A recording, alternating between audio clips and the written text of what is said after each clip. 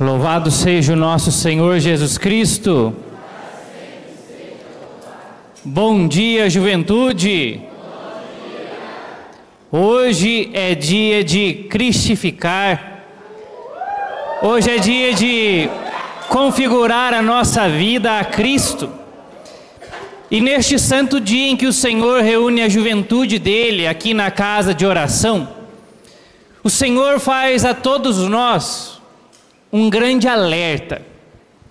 O Senhor quer abrir os nossos olhos, afinal de contas, existe uma guerra acontecendo, uma guerra espiritual, e todos nós estamos envolvidos nessa guerra. E saiba disso, se o Senhor te trouxe até aqui, de um modo específico até este momento, é porque agora Ele quer revestir você e eu de poder. O Senhor quer dar a cada um de nós o poder para vencermos a guerra espiritual. É isso que o Senhor tem para nós neste momento. Para que o nosso coração então se abra ao poder de Deus, é fundamental ouvir a palavra. Nós vamos atentamente ouvir a palavra de Deus para que o poder seja colocado em nossos corações. Então toma comigo a sua Bíblia mais uma vez na carta aos Efésios, no capítulo 6, a partir do versículo 13. Seguimos na profecia que Deus deu à comunidade de Avenice para esses dias. Carta aos Efésios, no capítulo 6, versículo 13.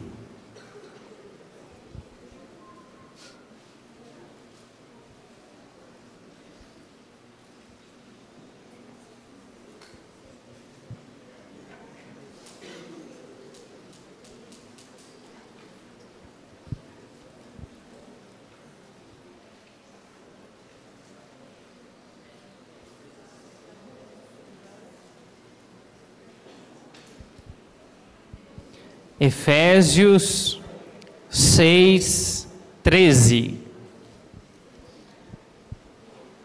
Por isso, revesti-vos com a armadura de Deus, a fim de que possais resistir no dia mau e permanecer firmes, depois de terdes superado toda a prova. Ficai, pois, firmes, tendo a verdade como cinturão, a justiça como couraça, e os pés calçados com a prontidão do evangelho da paz. Em todas as circunstâncias, empunhai o escudo da fé, com o qual podereis apagar todas as flechas incendiadas do maligno. Ponde o capacete da salvação, e empunhai a espada do Espírito, que é a palavra de Deus. Repetindo, ponde o capacete da salvação, e empunhai a espada do Espírito, que é a palavra de Deus. Meus caros amigos, os dois versículos iniciais do texto que Deus deu a nossa comunidade, que nós refletimos no primeiro momento, com a ajuda do Tatá, nos faziam despertar para essa realidade. Nós estamos numa guerra, no meio de um combate espiritual, e estes primeiros dois versículos, o versículo 10 e 11, afirmam para nós que há um inimigo, o diabo e os seus demônios se levantam contra nós para nos perder através do pecado. O diabo e os seus demônios querem nos conduzir para o pecado. Este nosso inimigo muito bem declarado é um inimigo não material, mas espiritual. Trata-se de anjos decaídos, seres espirituais. Estes seres são extremamente poderosos, extremamente inteligentes. Como o Tatá nos alertava, eles possuem uma natureza acima da nossa. Portanto, é fundamental afirmar que quando o diabo e os seus demônios nos atacam, eles não atacam de qualquer forma. Eles atacam de forma pensada, com a sua astúcia perversa. Eles agem às escondidas, agem sempre com estratégia. Como diz o versículo 11, ele arma emboscadas, ou melhor ainda, ele arma ciladas. Que isso fique bem claro. Diante dessa realidade que nós refletimos, o versículo 13 nos provoca com a seguinte questão: Deus está nos chamando a combater este inimigo, a resistir a este inimigo. Então a pergunta que nós devemos fazer é: como? Como resistir a um inimigo tão poderoso? Como vencê-lo? De que forma? Será que nós deveríamos, a partir de agora, começar a angariar fundos e investir então em ciência e tecnologia, até que a nossa comunidade consiga desenvolver coisas como uma bomba nuclear, mísseis e qualquer outro tipo de armamento para vencer este inimigo? Digo a vocês que se fizéssemos isso, todo esforço seria vão. Porque não se trata de um inimigo material, não é um inimigo que se mate com uma bomba atômica ou com um míssil, ele é espiritual. Então qual seria a melhor estratégia? Talvez uma estratégia um pouco mais simplista, um pouco mais de criança. Por que não correr para dentro do nosso quarto, fechar a porta e entrar debaixo da coberta e ficar lá tremendo de medo esperando ele sair? Que tal? Diga a vocês que, se tratando de um inimigo espiritual, uma porta, uma parede, uma coberta não é barreira para ele. Quando você menos espera, ele está perto de você também, debaixo da coberta. O que fazer então? Talvez uma estratégia um pouco mais simplista ainda fosse melhor. Por que não dar no pé? Por que não correr quando esse inimigo se apresenta diante de nós? Que tal sair correndo? É preciso afirmar que estes anjos, os demônios, são seres que agem sim dentro do tempo, mas eles não estão dominados pelo espaço físico, pela matéria.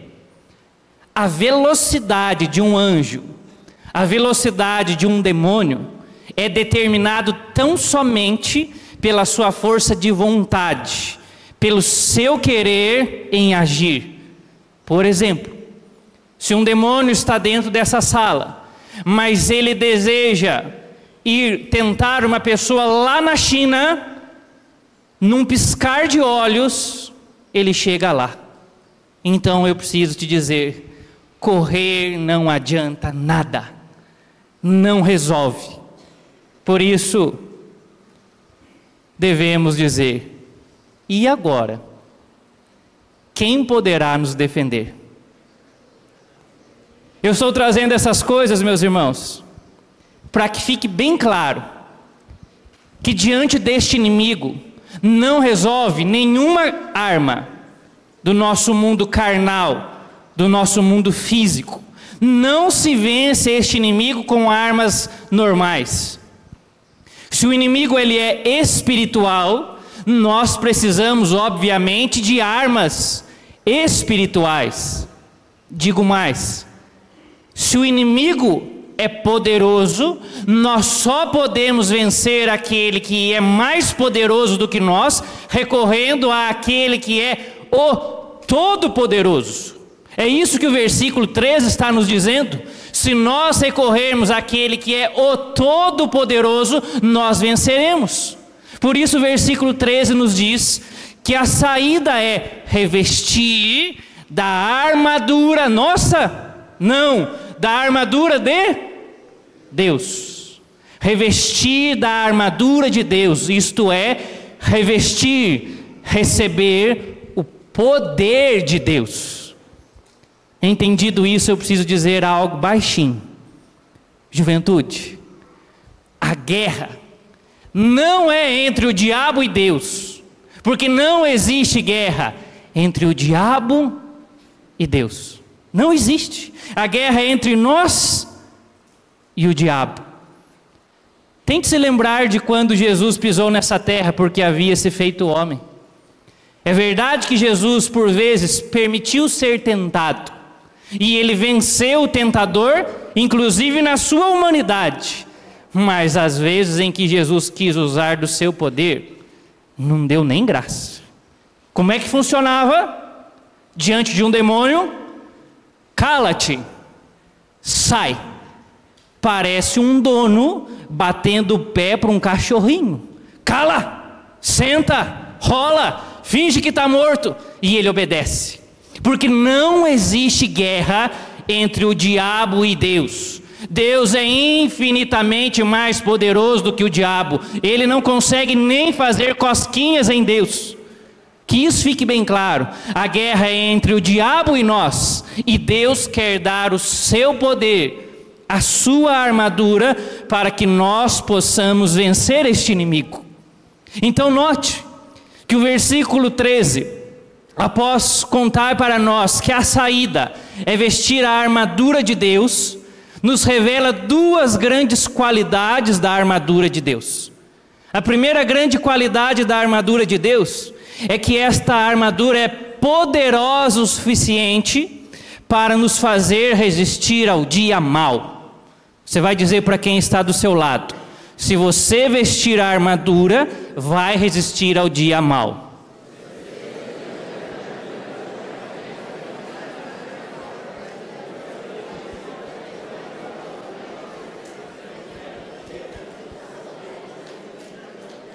O que é isso? Um dia bom, espiritualmente falando, é aquele dia em que as circunstâncias que envolvem a nossa vida colaboram para que estejamos na presença de Deus. Um dia bom se efetiva quando nós desfrutamos da presença de Deus, quando nós nos relacionamos em amor com Deus. Isso é um dia bom.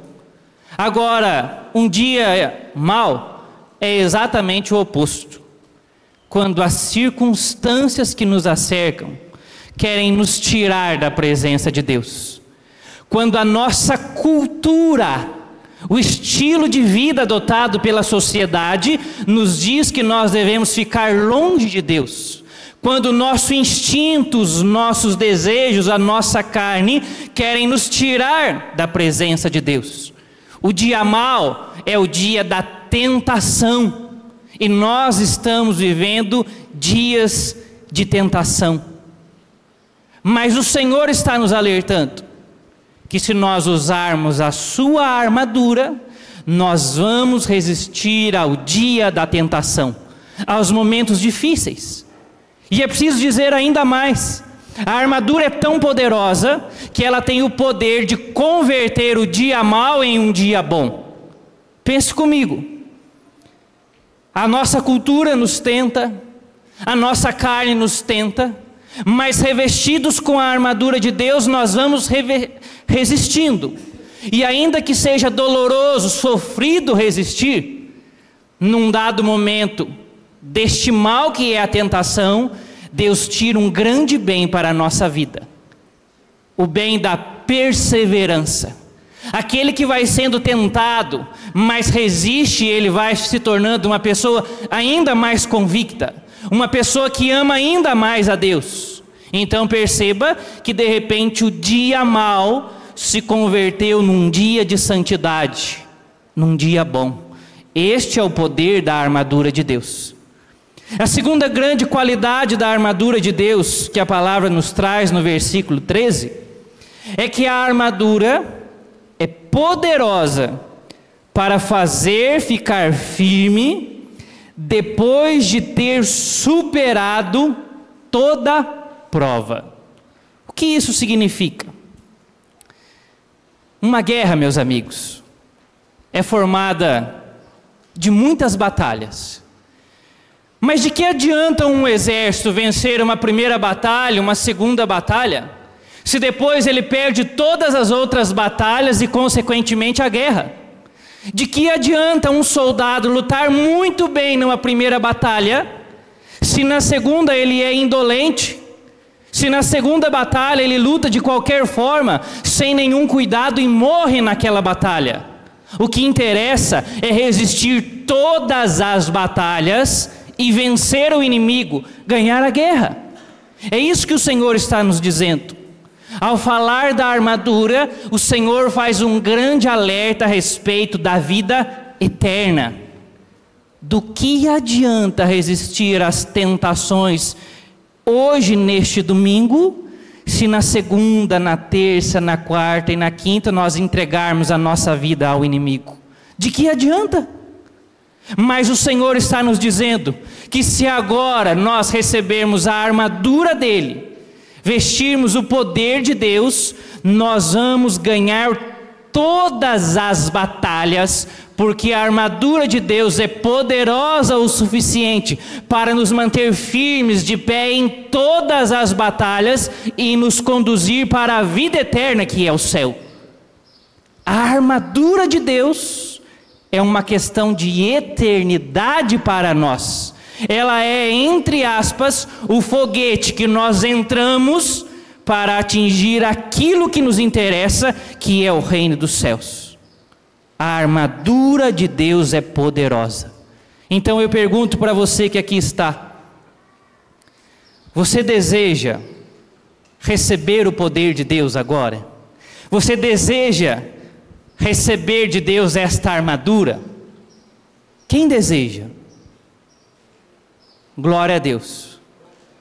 Se nós desejamos, então agora é a hora de conhecer a essa armadura e ir tomando posse de cada um dos seus itens.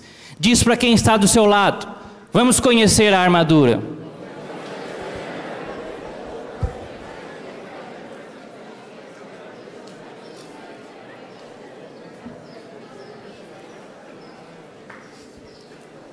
Primeiramente, devemos ter bem claro em mente que esta armadura não é um amuleto, não é uma coisa mágica.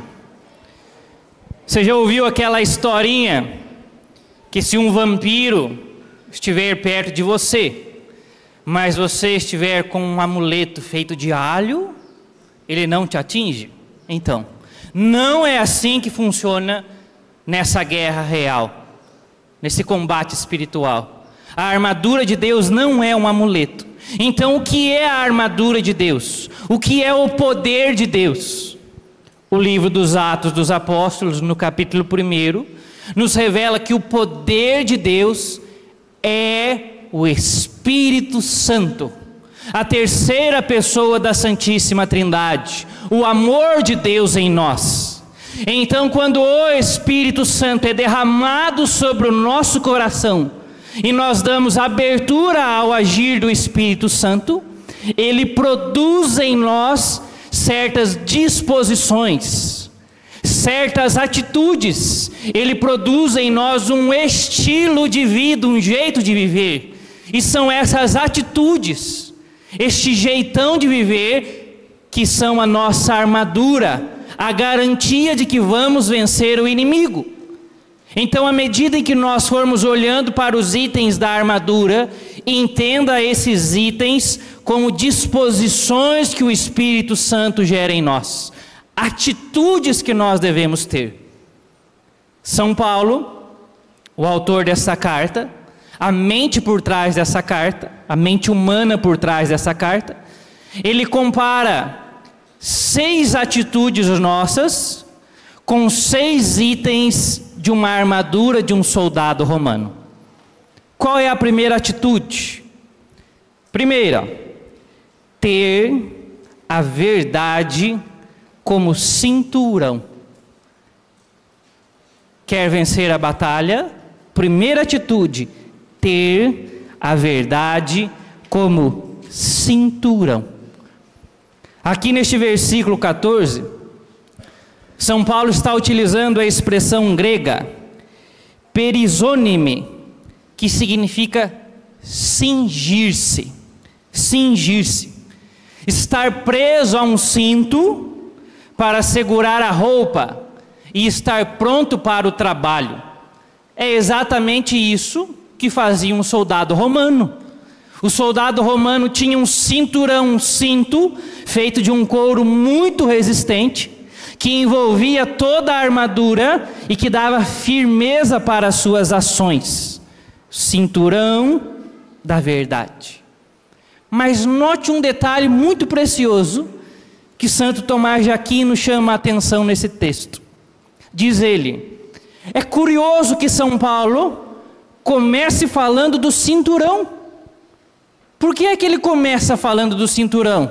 Afinal de contas, o cinto normalmente é o último item que se coloca numa roupa, numa armadura. Não é isso que acontece conosco? Primeiro a gente veste as calças, depois coloca o cinto.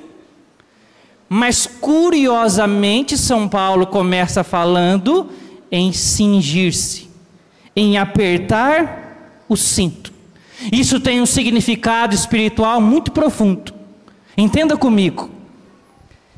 Se a armadura é o poder de Deus, é o Espírito Santo, isso quer dizer que o Espírito Santo, ele primeiramente nos é dado, nós recebemos o Espírito Santo, mas ao longo da nossa vida, da nossa caminhada, nós devemos permitir que ele venha agir em nós, gerando certas disposições. Olha só, quantas pessoas nós conhecemos que foram batizadas?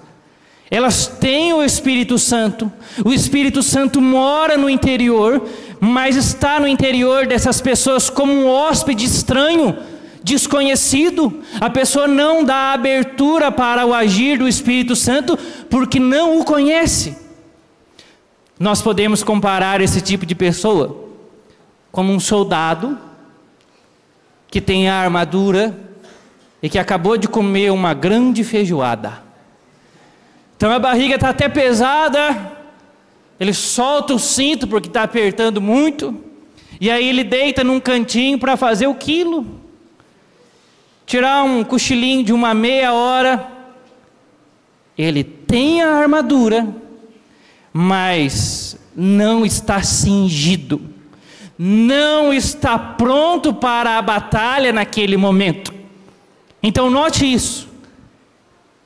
Apertar o cinto significa estar pronto para a guerra, estar em estado de prontidão para a batalha. Jovem, você está pronto para a guerra? Se ela acontecesse agora, você estaria pronto?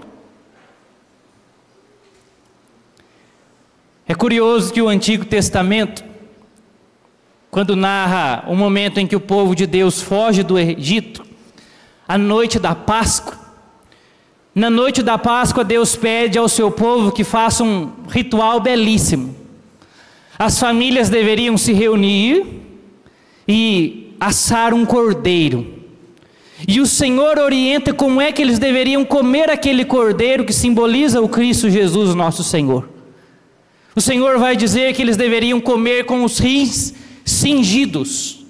Apertem o cinto, coloquem sandálias nos pés e estejam com o cajado na mão, porque esta noite é Páscoa, eu vou passar pelo Egito. Em outras palavras, o Senhor está dizendo: vocês vão comer, mas atentos, prontos para a fuga, prontos para fugir.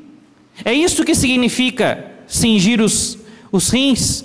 É isso que significa para nós ter a verdade como cinturão, estar pronto para a ação. Pergunta para quem está do seu lado: você está pronto?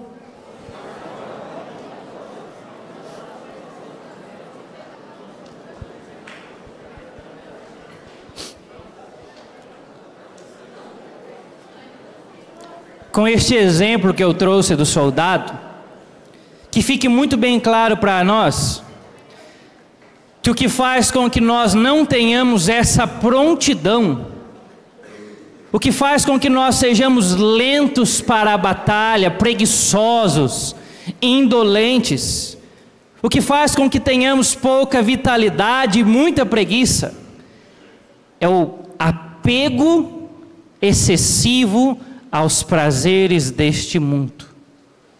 Quem é muito apegado a este mundo, a si mesmo, não luta, não combate.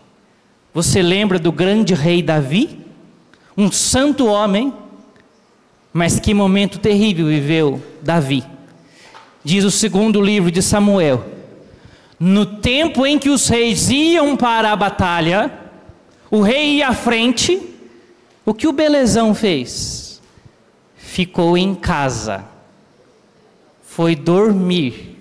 E diz o texto que ele dormiu até tarde. Que maravilha!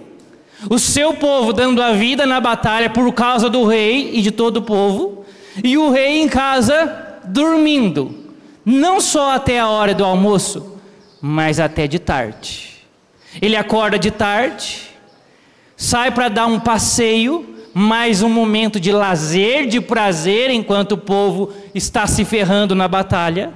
E aí ele vê uma mulher bonita, e ele fica encantado com aquela mulher. Prazer dos olhos. Então o rei Davi procura informações daquela mulher, e acaba trazendo aquela mulher que já era casada, para se deitar com ele, comete adultério. E depois, para esconder o seu adultério, ele vai e mata o marido da mulher que combatia na frente da batalha.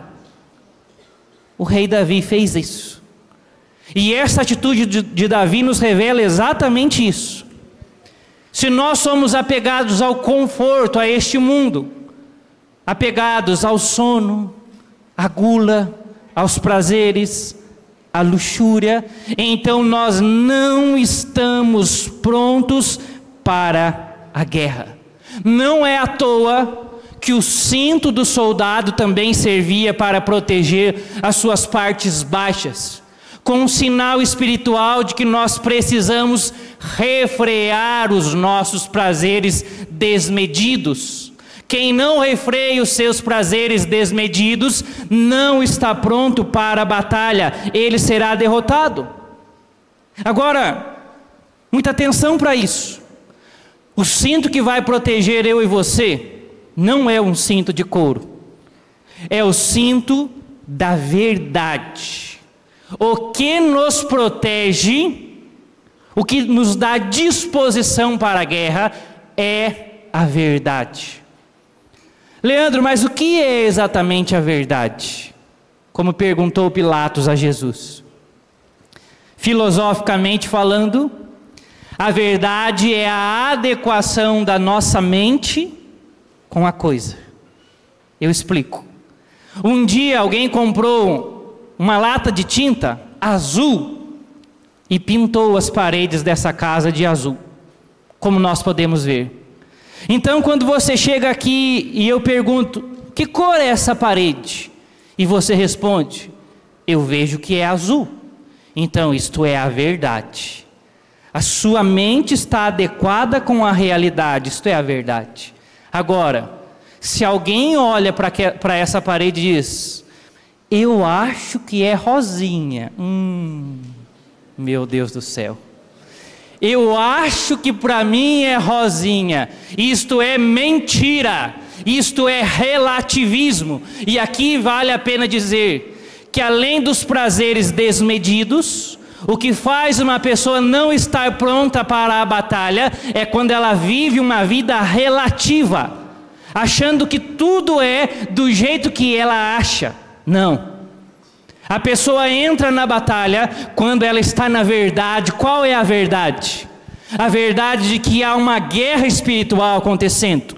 A verdade de que nós somos fracos e que se nós não nos apoiarmos no poder de Deus, nós vamos dançar. Esta é a primeira verdade. Eu sou fraco, mas eu preciso do poder de Deus.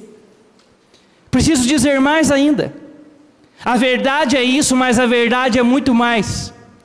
Porque a verdade, no fundo, é uma pessoa. Jesus disse no Evangelho de João: eu sou o caminho, a verdade, a vida. Então o único jeito de ir para o céu, o caminho é Deus, e a verdade a respeito de tudo é Jesus. Se você quer conhecer a Deus, Jesus é a verdade, o conhecimento de Deus. Se você quer conhecer o que é o homem e o ser humano, Jesus, ele é a verdade a respeito do homem.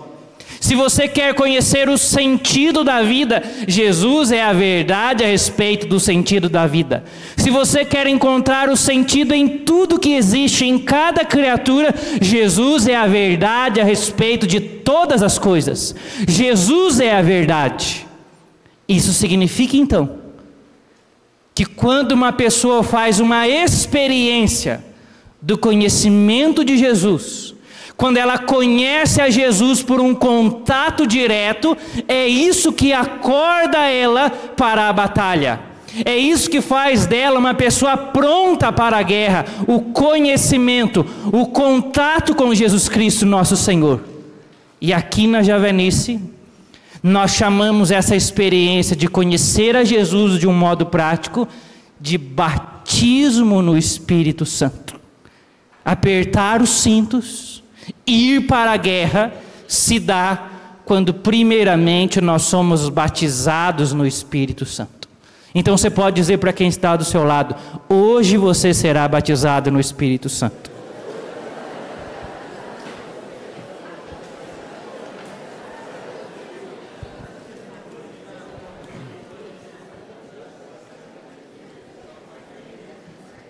Segunda atitude que o Espírito Santo deve produzir em nós: ter a justiça como couraça. Ter a justiça como couraça. A couraça é a parte da armadura que protegia o peito do soldado. Normalmente feita de couro e de metal, protegia os órgãos vitais, sobretudo o coração. O nosso coração precisa estar protegido. E o que é o coração de um cristão? Senão aquilo que o cristão ama. Em termos espirituais, o nosso coração é aquilo que nós amamos. Um cristão ama acima de todas as coisas Jesus Cristo e depois o seu próximo. O nosso coração é uma pessoa, é Jesus Cristo. O que nós precisamos proteger mais do que tudo é o nosso relacionamento de amor para com Jesus Cristo. Como dizia São Paulo, viver para mim é Cristo. Por isso, cuidado. Se existe algo que o inimigo quer atingir em você ou seu coração, acabar a relação de amor entre você e Jesus é o maior interesse do nosso inimigo. Ele ataca para atingir o nosso coração. Então eis a questão: como é que se protege o coração? Como é que eu protejo o meu coração? O próprio Paulo, que escreve esse texto e que disse que viver para mim é Cristo, nos ensina com a sua vida e com os seus escritos como se protege o coração. Porque Paulo viveu num tempo muito difícil, ele e os judeus. Nos dias em que Paulo tinha até os seus 30 e poucos anos, os judeus estavam cercados por uma cultura dificílima. A cultura do Império Romano, influenciada pelos gregos, era uma cultura racionalista e cheia de idolatria. Todos os dias os judeus eram tentados a abandonar a fé e abrir a falsos ídolos, falsos deuses. Então os judeus precisavam criar um jeito de se proteger, de proteger o coração, a relação com Deus. E qual foi o jeito, o muro de proteção que eles criaram? Um muro chamado justiça. Qual era a justiça para os judeus naquele tempo? Senão o seguir fielmente a Torá. A Torá é os nossos primeiros 5 livros da Bíblia. Eles entendiam que se seguissem fielmente a Torá, os seus costumes, os seus rituais, tudo ao pé da letra, então estariam protegidos. Isso foi importante. Por longos anos, os judeus se defenderam dessa forma, seguindo a Torá à risca. Assim viveu São Paulo. Só que, meus irmãos, as coisas mudaram substancialmente quando o Verbo de Deus se fez carne, pisou nessa terra, morreu e ressuscitou. E um dia, São Paulo teve um encontro pessoal com Jesus. Foi batizado no Espírito Santo. E a partir daquele encontro pessoal, a partir daquele dia em que os seus rins foram cingidos, sabe o que aconteceu? Paulo descobriu que o Deus dos judeus não era só Deus dos judeus. Jesus, ele veio para os judeus em primeiro lugar, mas ele também veio para os pagãos, ele veio para toda a humanidade. Se Jesus veio para salvar a todos, então não faz mais sentido ter um muro que separa os judeus dos pagãos. São Paulo entendeu então que desde que Jesus ressuscitou, a justiça tem um novo sentido, um novo significado. O que protege o nosso coração agora é o próprio Jesus Cristo, nosso Senhor. É Jesus que nos protege das tentações, das ideologias, das culturas contrárias. Proteger o coração, ter um coração protegido, não é outra coisa senão alimentar uma vida de amizade com Jesus, é a vida na graça. Então você pergunta para quem está do seu lado: você é verdadeiramente amigo de Jesus?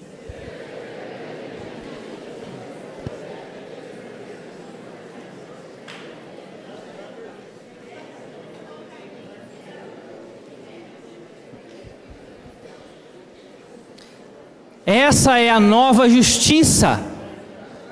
O justo não é apenas alguém que cumpre ritual. O justo é um amigo do Senhor.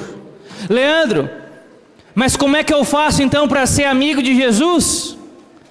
Basta cumprir normas, regras, rezar com a mãozinha assim é a garantia de que eu sou amigo de Jesus? Rezar com as mãos levantadas, vestir a camiseta do Cristificar é a garantia? Não.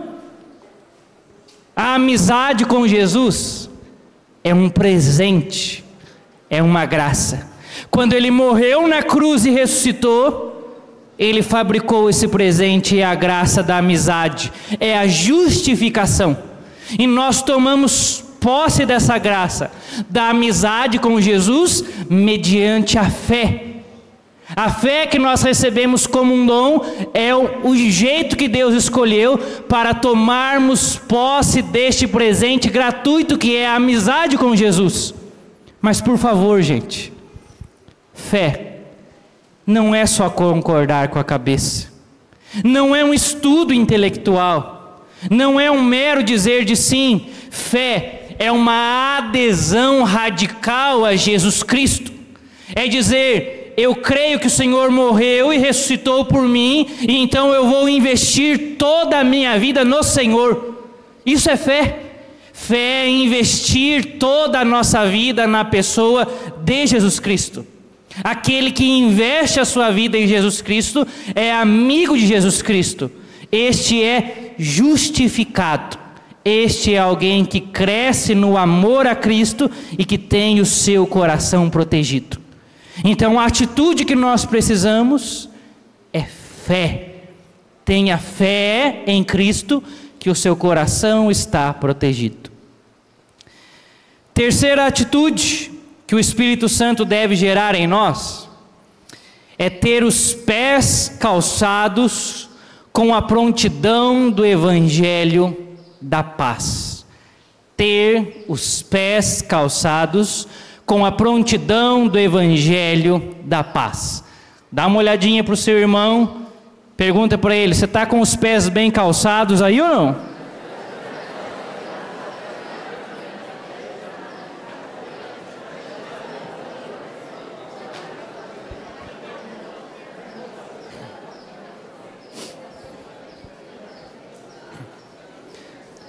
soldado romano, ele utilizava uma espécie de sandália, que protegia, obviamente, os seus pés no seu agir, e que dava firmeza na sua ação. Ora, qual é o agir de um cristão? Qual é o agir da igreja? A igreja existe para evangelizar. A ação nossa é a pregação do evangelho, o anúncio de Jesus. Porque quando Jesus é anunciado, a paz se instaura no coração da pessoa que ouve o evangelho. Por isso o evangelho da paz. Essa é a nossa ação. Mas muito atento ao detalhe daquilo que Paulo está ensinando. Não é à toa que ele colocou aqui neste versículo a expressão grega etimasia, que pode ser traduzida como preparação e também prontidão. Uma boa tradução deste versículo seria: calçai os pés, estando preparado para anunciar o evangelho da paz. Calçai os pés com a prontidão ou em preparação do evangelho da paz. São Paulo está dizendo que nós precisamos estar preparados, prontos para evangelizar. Como é que eu fico pronto? O segredo está na própria sandália. A sandália, ela tem uma sola que faz com que o soldado então não toque o mundo, não toque o chão. Tomás de Aquino fala que isso simboliza para nós a nossa alma que não toca este mundo, mas que é elevada a Deus. A sandália não é como esse sapato meu fechado. A sandália ela tem aberturas na parte de cima. Simboliza a nossa alma que está aberta às revelações de Deus. O que é isso senão vida de oração? O que é isso senão contemplar a Jesus em oração? Quando eu contemplo a Jesus, contemplo a Deus em oração, a minha alma se eleva deste mundo e eu recebo revelações divinas. É assim que nós ficamos prontos para sair evangelizar. Traduzindo em miúdos, é constantemente pegar a palavra de Deus, entrar no meu quarto e rezar com a palavra de Deus, deixando que ela toque o meu coração.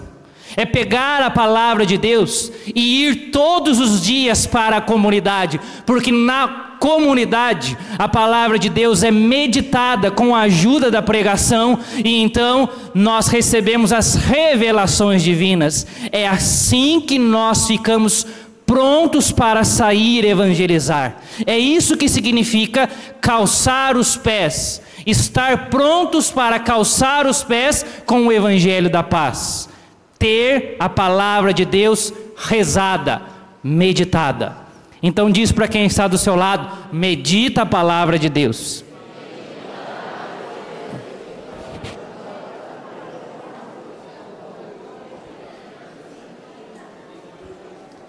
Quarta atitude que o Espírito Santo deve gerar em nós: empunhar o escudo da fé. Empunhar o escudo da fé. Os soldados precisavam de uma proteção extra. E São Paulo dá um motivo específico. Por vezes na guerra, o inimigo atacava atirando flechas à distância. E por vezes essas flechas eram incendiadas. Ou seja, o inimigo lançava uma flecha com fogo para atingir um determinado lugar e assim matar queimando os soldados. Para isso eles precisavam de uma proteção extra, que é o escudo. A flecha batia no escudo e não atingia lugares que pegavam fogo. É disso que São Paulo está nos dizendo. A flecha que o inimigo lança contra nós não é outra coisa senão a própria tentação. quando o diabo nos tenta, se nós cedermos à tentação, então a tentação entra no nosso coração e ela incendeia a nossa alma com um fogo perverso que nos destrói. Você já percebeu que depois da confissão, quando você vai e cai no primeiro pecado, você fica mais fraco para cair em outros tantos?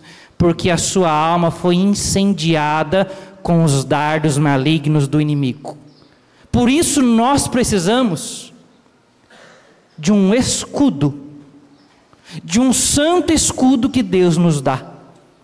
Se o diabo nos tenta com bens provisórios e imediatos para este mundo, para nossa satisfação, nós precisamos imediatamente recorrer, como já vimos, à palavra de Deus, que nos oferece bens espirituais para hoje, mas também para a vida eterna.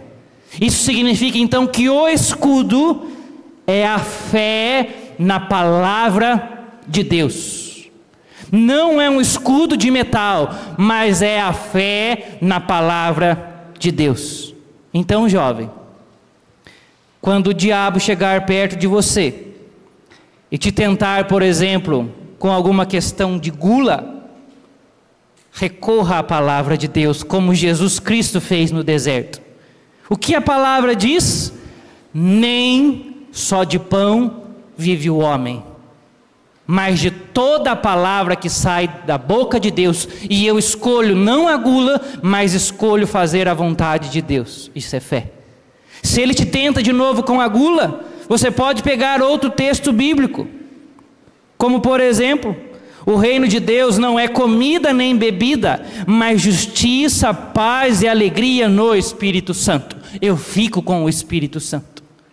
Se o diabo te tenta na luxúria, nos pecados de ordem sexual, recorra à palavra de Deus. Porque a palavra diz no Antigo Testamento: não cometerás adultério. Ou ainda no Novo, a vontade de Deus é que sejais santificados e que se abstenham da imoralidade sexual. Então, se você é tentado na área sexual, faça essa opção: eu fico com aquilo que a palavra de Deus me diz. Quando isso acontece e nós ficamos com a palavra, a flecha do inimigo atingiu o nosso escudo e nós fomos protegidos e consequentemente quem estava ao nosso redor. Então diz para quem está do seu lado: levanta o escudo da fé.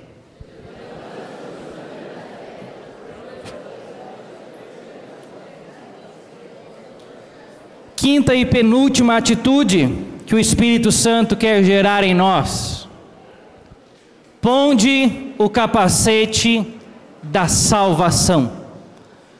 Ponde o capacete da salvação. O soldado romano utilizava o capacete, obviamente, para proteger a cabeça, proteger o cérebro, proteger quem governa a sua vida, proteger a mentalidade. Quem é que governa a vida de um cristão? Qual é a direção da nossa vida? Qual é o rumo da nossa vida, nossa mentalidade? O rumo da vida de um cristão, a nossa direção, não é outra senão o reino dos céus, senão a vida eterna. É isso que nós queremos. O diabo, então, tenta nos atacar para que percamos este rumo, para que o nosso rumo seja só trabalhar, estudar, ter diploma, namorar, desfrutar dos prazeres. Quando isso acontece é porque a nossa cabeça está sendo atingida, não estamos usando o capacete. Que capacete é esse? Se o nosso alvo é o céu, este capacete da salvação não é outra coisa senão a santíssima virtude da esperança. Porque é o céu que nós esperamos. Quando Jesus ressuscitou, irmãos, e Ele apareceu vivo nessa terra, a esperança se acendeu diante dos olhos dos apóstolos. Mas também todas as vezes em que a palavra é pregada e nós ouvimos que Jesus morreu e ressuscitou, é alimentado dentro de nós a esperança. Qual esperança? A esperança de que o amor é mais forte do que a morte. A morte não tem a última palavra. Aquilo que aconteceu com Jesus acontecerá comigo um dia. No dia de minha morte, a minha alma vai sim ser separada do corpo, mas a minha alma vai para junto de Deus na felicidade eterna. E no dia em que Jesus voltar para ressuscitar vivos e mortos, Ele virá também para ressuscitar o meu corpo, e então eu estarei na glória celeste de corpo e alma. Se você tem doença, nenhuma doença mais. Se você tem alguma deficiência, nenhuma deficiência mais. Nenhum problema mais haverá no reino dos céus, porque estaremos lá de corpo e alma.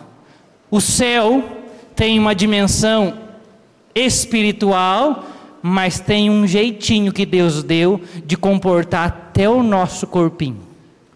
Seremos felizes no corpo e na alma. Então, para se proteger do diabo, pense no céu constantemente. Quando acordar, pense no céu aonde você estará, com a Santíssima Trindade, com Nossa Senhora, com todos os santos anjos e com todos os santos para uma felicidade eterna. Ao longo do dia, quando dormir, pense no rumo da sua vida, que é o céu. Isso é colocar o capacete da salvação, a virtude da esperança em ação. E por fim, a última atitude que o Espírito Santo quer gerar em nós é empunhar a espada do Espírito.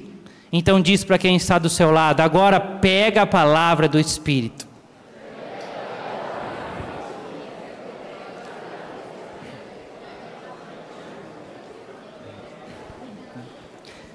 O soldado romano, como nós vimos, ele se defendia muito, mas chega de só se defender.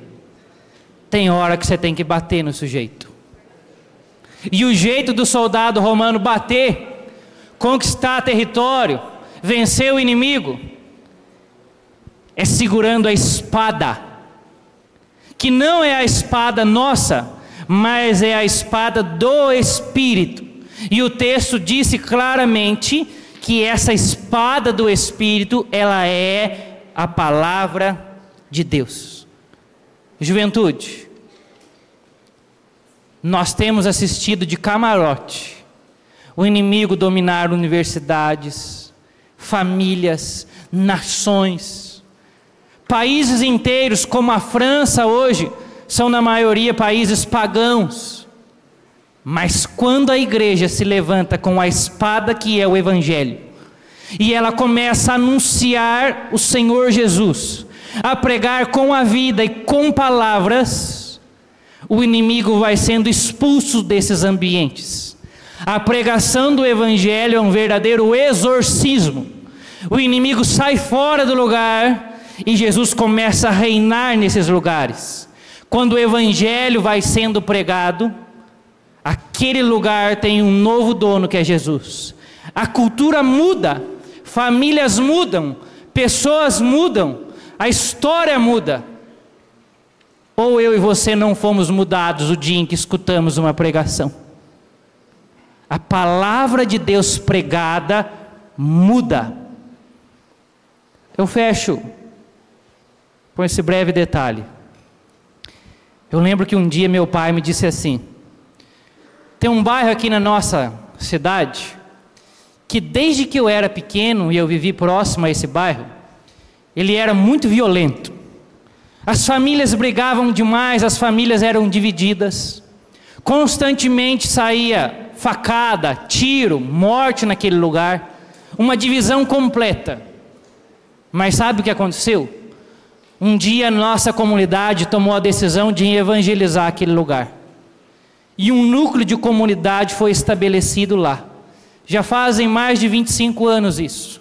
Então toda semana, quase todo santo dia, o evangelho é pregado naquele lugar. E hoje, quando nós olhamos para as pessoas daquele lugar, as pessoas são pessoas de paz.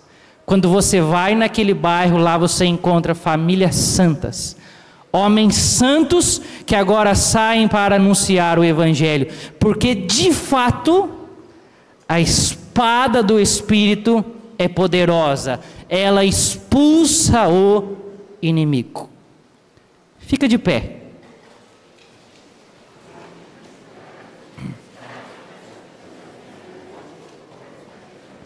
Segura a sua espada na mão aí.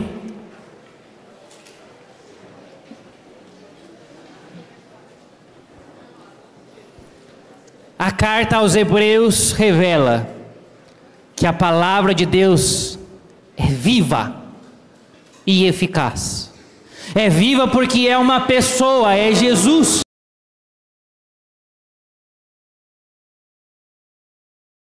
Ele toca, ele vivifica, ele ressuscita uma alma morta. Mas a palavra de Deus também é eficaz. Ela cumpre aquilo que promete. Se o Senhor está alertando a comunidade javenice a respeito de uma armadura com todos estes itens, é porque o Senhor, de um modo eficaz, quer agora dar todos estes itens para cada um de nós. Feche os seus olhos. Segura bem a palavra no teu peito. O Senhor quer nos revestir de poder agora. O Senhor quer derramar o Espírito Santo dele sobre todos nós, mas com a espada bem firme no nosso peito. Nós devemos, antes de tudo, mergulhar na verdade, porque tudo começa com o cinturão da verdade. Reconheça a verdade na tua vida, e eu reconhecerei na minha. A verdade a respeito dos dias em que não quis vestir a armadura de Deus, em que fui um soldado indolente, preguiçoso, que não lutei.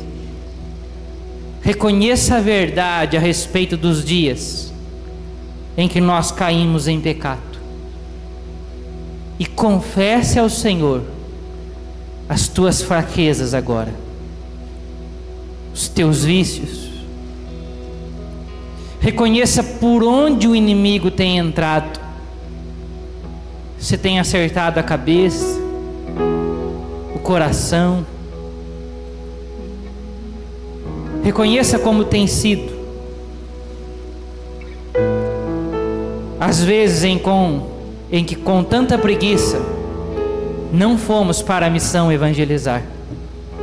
Às vezes em que nós não meditamos a palavra. E olha que o dia tem 24 horas para isso, tem muito tempo. Mas a gente fala, mas é corrido demais.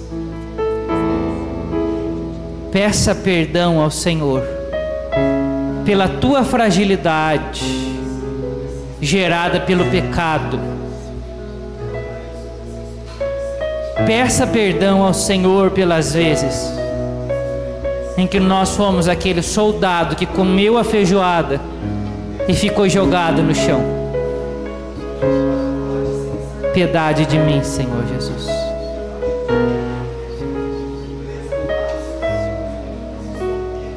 Piedade de mim, Senhor.